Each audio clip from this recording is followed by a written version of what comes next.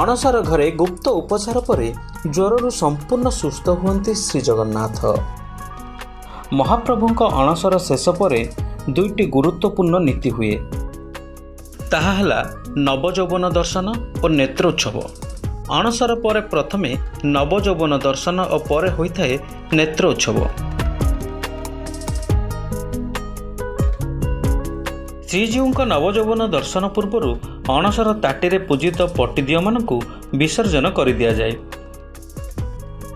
ତାଟି ଆଗରେ ଖଟ ଉପରେ ପୂଜିତ 7 ଦେବାଦେବୀଙ୍କୁ ନିଜ ନିଜ ଆସ୍ଥାନକୁ ନିଆଗଲା ପରେ ତାଟି ଖୋଲି ଦିଆଯାଏ। ପଟରେ ଆରୋପିତ ଦେବତା ପୁଣି ଦାରୁ ବିଗ୍ରହଙ୍କ ମଧ୍ୟକୁ ଫେରି ଆସନ୍ତି।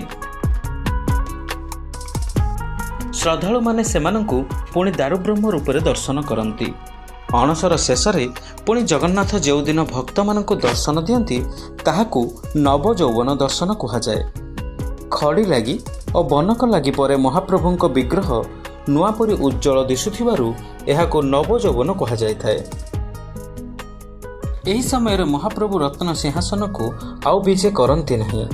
ନବଯୌବନ ଓ ନେତ୍ରୋତ୍ସବ ପରେ ଆଷାଢ଼ ଶୁକ୍ଳପକ୍ଷ ଦ୍ୱିତୀୟା ଦିନ ରଥଯାତ୍ରାରେ ଜନ୍ମବେଦୀ ଶ୍ରୀଗୁଣ୍ଡିଚା ମନ୍ଦିର ବିଜେ କରନ୍ତି ବଡ଼ ଠାକୁର। କେତେକ ସମୟରେ ନେତ୍ରୋତ୍ସବ ଓ ନବଯୌବନ ତିଥିରେ ସାମାନ୍ୟ ଏପଟ ସେପଟ ମଧ୍ୟ ହୋଇଥାଏ।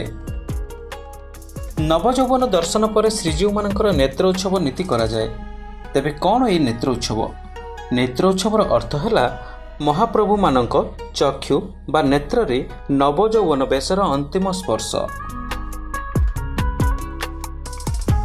ନବଯୌବନ ଦର୍ଶନ ପୂର୍ବର ବନକ ଲାଗି ବେଳେ ଶ୍ରୀମୁଖ ସିଂହାରୀ ଦତ୍ତ ମହାପାତ୍ର ସେବକ ଶ୍ରୀଜଗନ୍ନାଥ ଓ ଅନ୍ୟ ଦେବତାମାନଙ୍କର ନେତ୍ର ଅଙ୍କନ କରିଥାନ୍ତି। ସେଥିରେ ନେତ୍ର ପିତୁଳା ବା ପୁଅ ଡୋଳା ବି ଅଙ୍କନ ହୋଇଥିଲେ ମଧ୍ୟ ସମ୍ପୂର୍ଣ୍ଣ ହୋଇନଥାଏ। ନେତ୍ରୋତ୍ସବ ଦିନ ଦତ୍ତ ମହାପାତ୍ର ସେବକ 3ଟି ରୂପା ପାତ୍ରରେ କଳା ପ୍ରସ୍ତୁତ କରି ଦେବା ପରେ ପୂଜାପଣ୍ଡା ସେବକ ସେହି ନେତ୍ର ପିତୁଳା ଅଙ୍କନକୁ ସମ୍ପୂର୍ଣ୍ଣ କରିଥାନ୍ତି। 3 ଖଣ୍ଡ ତୁଳସୀ କାଠିରେ ତାହା କରାଯାଏ।